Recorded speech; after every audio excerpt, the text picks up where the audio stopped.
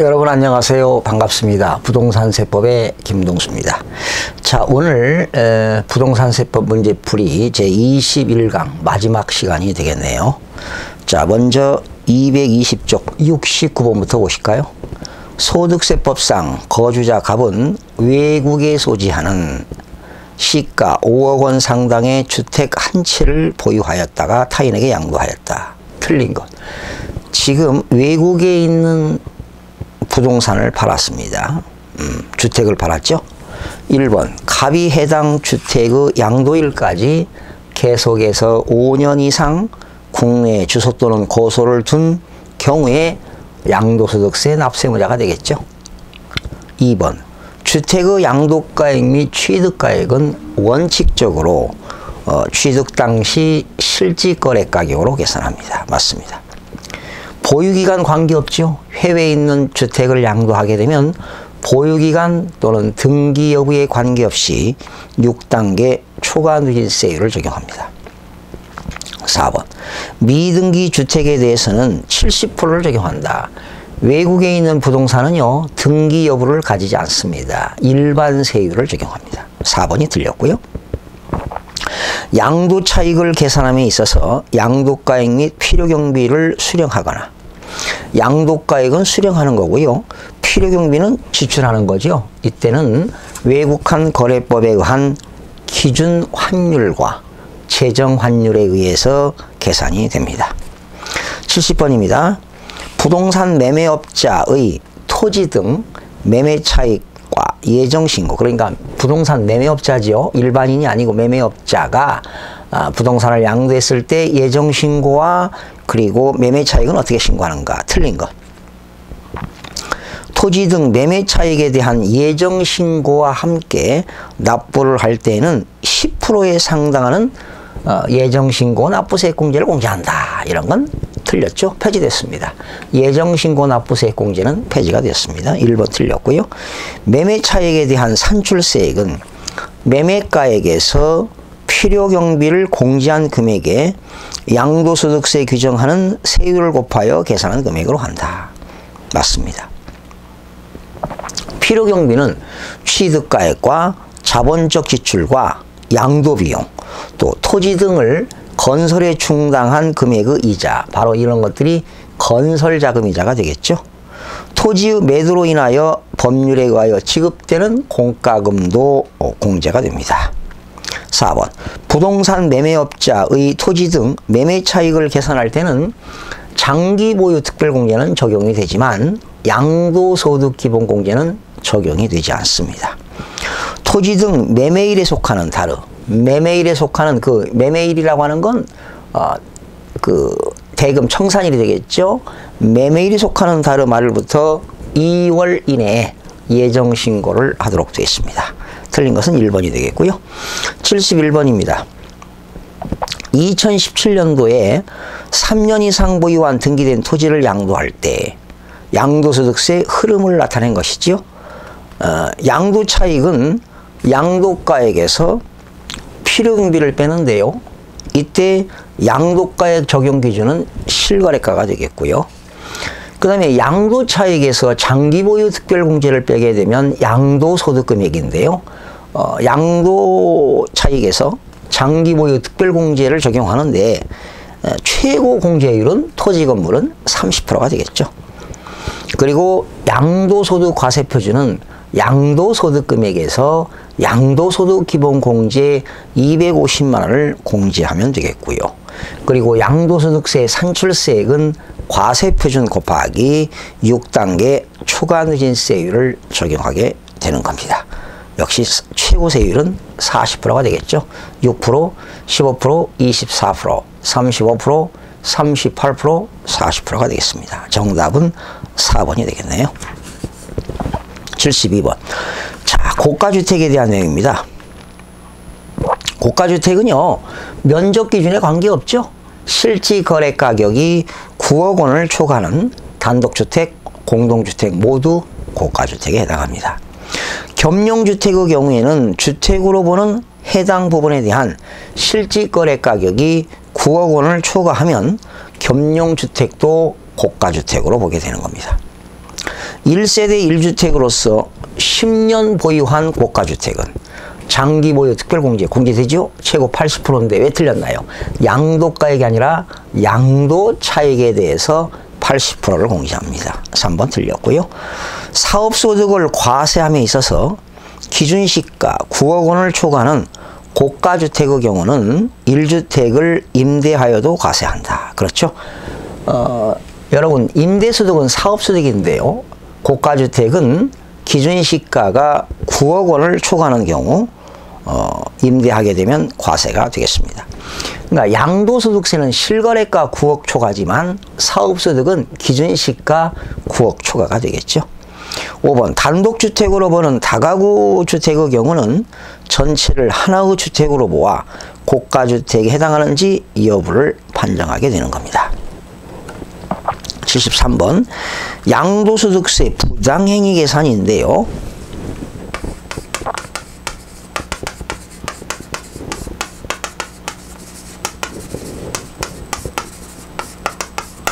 이때 갑이라는 사람이 을하고 이 특수관계인입니다. 그런데 이때 을은 특수관계인인데 배우자와 직계 존비속이 아닙니다. 아닌 경우에 증여를 했어요. 그러면 이때 을은 뭘 냈을까요? 증여세를 냈겠죠. 만약에 1억을 냈다고 가정해 봅시다. 근데 을이 병에게 양도했어요. 증여받은 날로부터 5년 이내에 양도하게 되면 역시 이제 양도소득세를 내겠죠. 만약에 2억을 냈다 가정합시다. 그럼 얘들이 얼마 냈나요? 3억을 냈죠? 그런데 5년 이내에 양도하게 되면 양도로 보지 않고 갑이 양도하는 것으로 보는 거예요. 이때 갑이 양도하는 것으로 보니까 양도소득세가 만약에 합쳐서 3억 5천이 나왔다 합시다. 그러면 이 증여받았던 을이 냈던 증여세 1억과 양도소득세 2억 합치면 3억인데 이때 이 을이 냈던 증여세와 양도소득세 금액보다 갑이 양도한 것으로 모아서 양도소득세보다 적다면 갑이 양도하는 것으로 보는 거예요. 그러나 만약에 갑이 양도했는데 양도소득세가 2억 5천이다. 그렇게 되면 얘들이 낸 세금이 많죠. 이럴 때는 그냥 인정한다는 것이죠. 결과적으로 과세관청은 세금을 많이 받겠다는 그런 내용입니다. 그런 내용인데요. 거주자, 특수관계자, 가로 열고 배우자, 직계존비속은 제외한다. 자산을 증여한 후 그 자산을 증여받은 자가 증여일로부터 5년 이내에 다시 타인에게 양도하는 경우로서 증여받은 자가 증여세와 양도소득세를 합한 세액이 3억이죠. 그런데 증여자가 직접 양도하는 것으로 보아 계산한 양도소득세보다 얘들이 적어요. 얘가 낼 세금이 3억 5천. 적어요. 3억밖에 안 되죠. 적은 경우에는 누가? 최초의 증여자가 직접 양도하는 것으로 본다. 그러니까 수중자가 낸 증여세와 양도소득세가 적게 되면 갑이 직접 양도하는 것으로 본다는 것이죠. 증여자가 그 자산을 직접 양도하는 것으로 본다. 정답은 4번이 되겠죠. 다만 양도소득이 해당 수중자에게 실질적으로 귀속되는 경우는 그러하지 아니하다. 만약에 수중자가 5년이 지나서 양도했다면 당연히 을이 양도소득세를 내야 되겠죠. 예. 74번입니다. 2015년 6월에 양도한 거주자의 국내 소재에 등기된 토지 보유기간 1년 6개월이다. 과세표준은 얼마일까? 자, 실거래가로 계산해야 되겠죠. 기준시가 필요 없고요. 취득시 실거래가는 9천. 기준시가 필요 없고 양도시 실직거래가액은 1억 2,500. 자본적 지출과 양도 비용은 200만 원이 되겠습니다. 그러면 이렇게 계산 한번 해볼까요?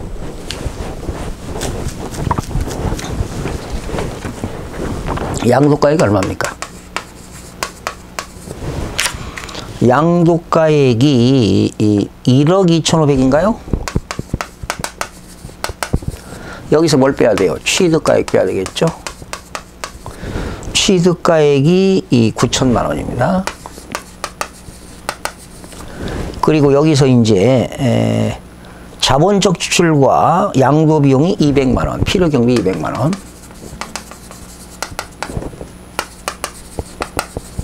그러면 여기서 뭐가 나옵니까? 양도 차익 나오죠? 양도 차익이 얼마입니까? 3,300인가요? 여기서 장기 보유가 없죠. 3년이 안 됐으니까 0. 그러면 역시 3,300이 양도소득 금액이 되겠습니다. 여기서 250만 원 빼야 되겠죠? 250만 원. 그러면 3,050만 원인가요? 250만 원 양도소득 기본공제입니다. 그러면 양도소득 과세표준이 나옵니다. 정답은 양도소득 과세표준이 3,050만 원이 되겠습니다. 정답은 3번이 되겠네요. 이해가시죠? 양도가액에서 취득가액 빼고 필요경비 빼면 양도차익. 양도차익에서 3년이 안 됐기 때문에 장기보유가 없고요. 빼면 양도소득 금액. 양도소득 금액에서 양도소득 기본공제 빼면 양도소득 과세표준이 되겠죠. 75번입니다. 거주자의 양도소득세가 과세되는 부동산 양도가액, 취득가액을 추계조사하여 과표를 결정한다. 경정하는 경우 틀린 것. 매매 사례 가격과 감정 가격은 특수관계인과의 거래가 아니다. 1번.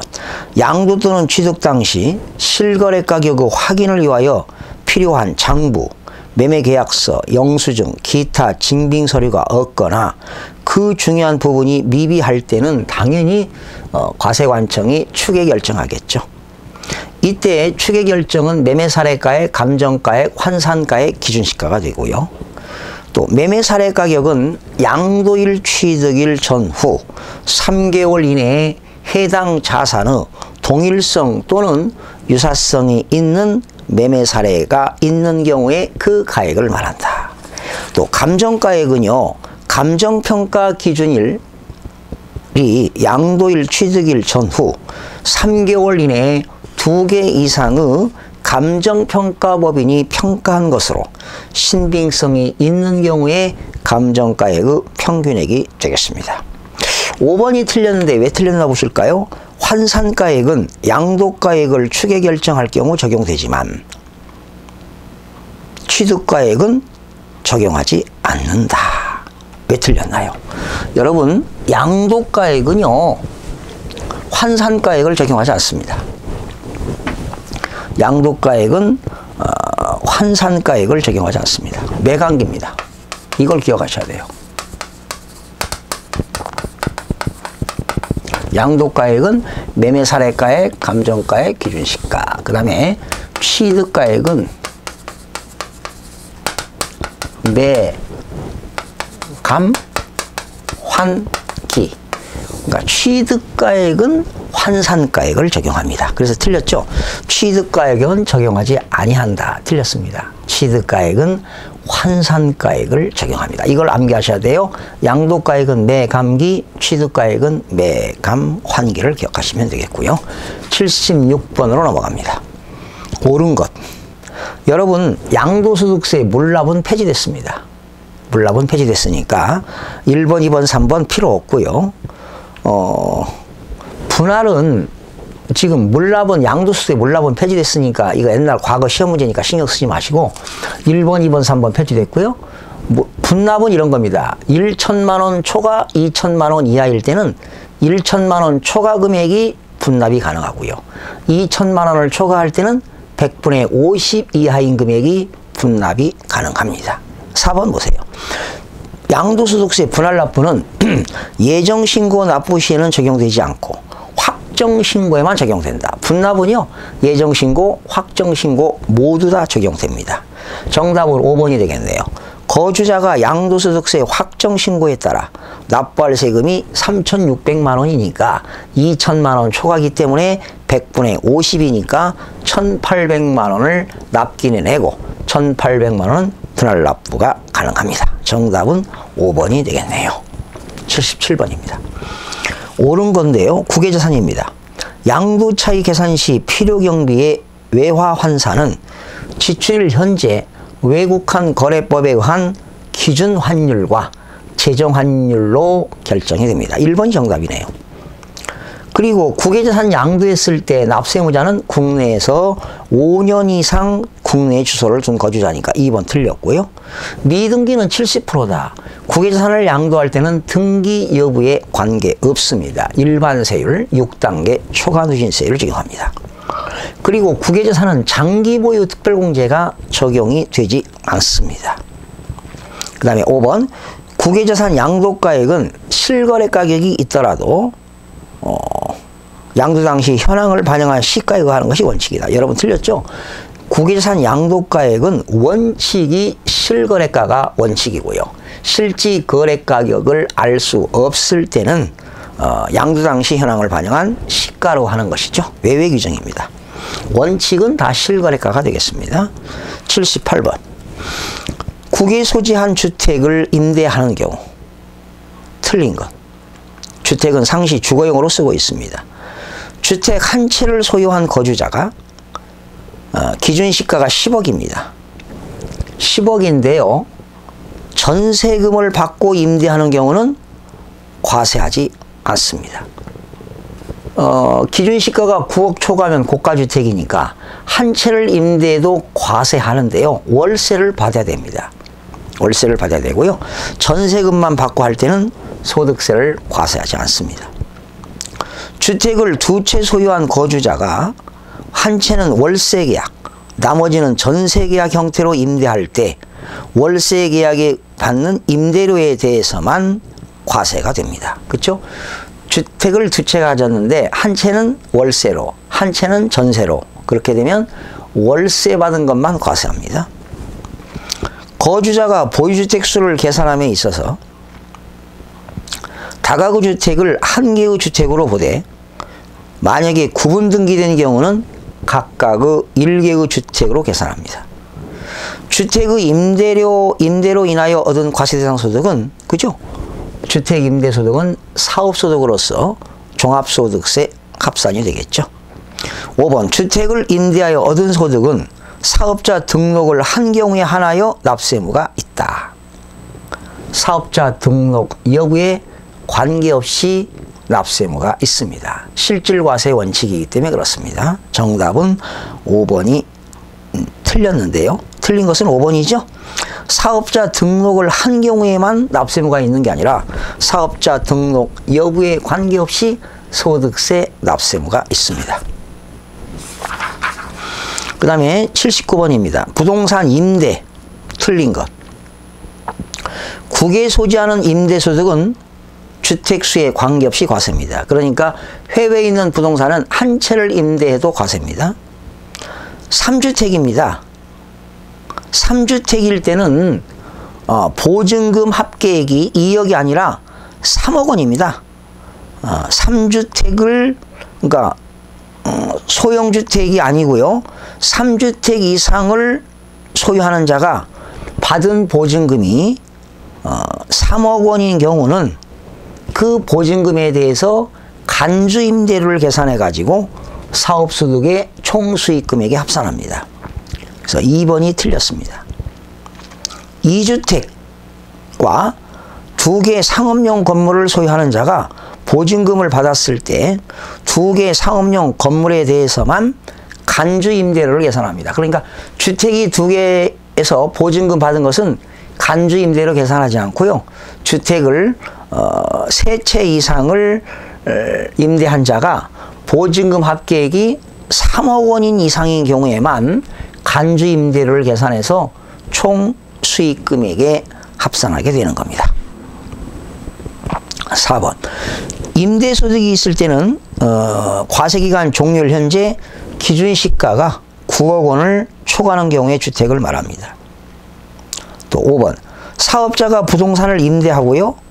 임대료 외에 전기료라든가 수도, 공공요금 명목으로 지급받은 금액이 공공요금 납부액을 초과할 때 초과 금액은 사업소득 총수익 금액에 산입합니다. 네. 80번입니다. 옳은 것. 지역권을 대여하는 것은 기타소득입니다. 지상권을 대여하는 것도 기타소득입니다. 지상권, 지역권, 지상권 대여. 잘 기억하세요. 지역권, 지상권 대여 시 받는 소득은 이건 기타소득에 들어갑니다. 전세권은 임대소득이죠. 이건 사업소득입니다. 임대소득, 사업소득. 미등기 부동산을 임대하고 받는 것은 사업소득이 아니다. 틀렸죠. 사업소득입니다. 자기 소유 부동산을 타인에게 담보로 제공하고 받는 것도 사업소득에 들어가니까 정답은 4번이 되겠네요. 국외 소재 주택을 임대하고 받는 것은 사업소득이 아니다? 틀렸죠. 국외에 있는 주택을 임대하고 받는 것도 사업소득에 해당이 됩니다. 마지막 문제가 되겠네요. 거주자의 임대소득의 비과세 및 총수익금액에 관한 설명이다. 옳은 것 그랬습니다.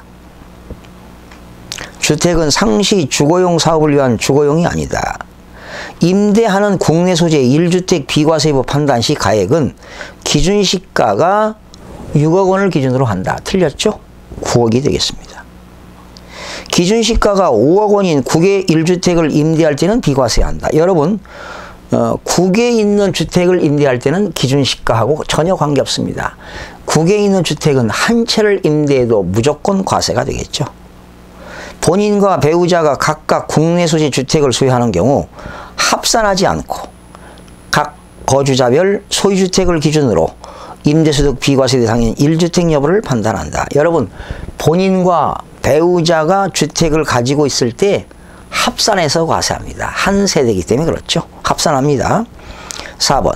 국내 소재 3주택을 소유한 자가 임대보증금 합계액이 4억 원인 경우 3주택을 임대하고 보증금 합계액이 4억 원인 경우가 아니라 이것도 맞아요. 보증금에 대해서는 법령에서 정한 산식에 계산한 금액을 그러니까 간주 임대로 계산하는 것이 계산해서 총수익 금액에 산입하도록 되어 있습니다. 그러니까 국내에서 3개 이상 주택을 소형주택이 아닌 3개 이상 주택을 가지고 있는데 보증금이 3억 원이 넘어가면 간주 임대로 계산합니다. 정답은 4번이 되겠어요. 아주 실무적으로 중요하죠. 과세기간 종료일 현재 소유 중인 국내 소재 주택에 대한 임대소득세 비과세부 판단 시 기준시가는 과세기간 개시일이 아니죠. 과세기간 종료일을 기준으로 해서 과세합니다. 다시요. 과세기간 종료일 현재 소유 중인 소재 주택에 대한 임대소득 비과세부를 판단하는 것은 기준시가가 9억 초과하면 과세잖아요. 1세대 1주택이라 해도. 그러나 언제 기준이냐? 과세기간 종료일을 기준으로 해서 과세한다. 자, 이렇게 해서 오늘 양도소득세 81번까지 다 문제를 풀어봤고요. 뒤에 이제 기출문제가 24회, 25회 기출문제가 26회까지 나와 있고요. 26회까지 나와 있죠. 여러분 이미 기출제 문제 27회까지 나와 있네요. 여러분 이거 가지고 한번 여러분이 테스팅을 한번 해보시기 바랍니다. 여러분 지난 그 기출제 문제에서 다 풀어드렸기 때문에 여러분들이 반복 학습한다는 의미에서 꼭 풀어보시기 바라고요. 자, 여러분들 이제 시험이 얼마 남지 않았는데요. 건강을 잘 유지해가면서 좋은 컨디션 유지하셔서 28회 꼭 합격하실 기원 드리겠습니다. 여러분 대단히 수고하셨습니다. 고맙습니다.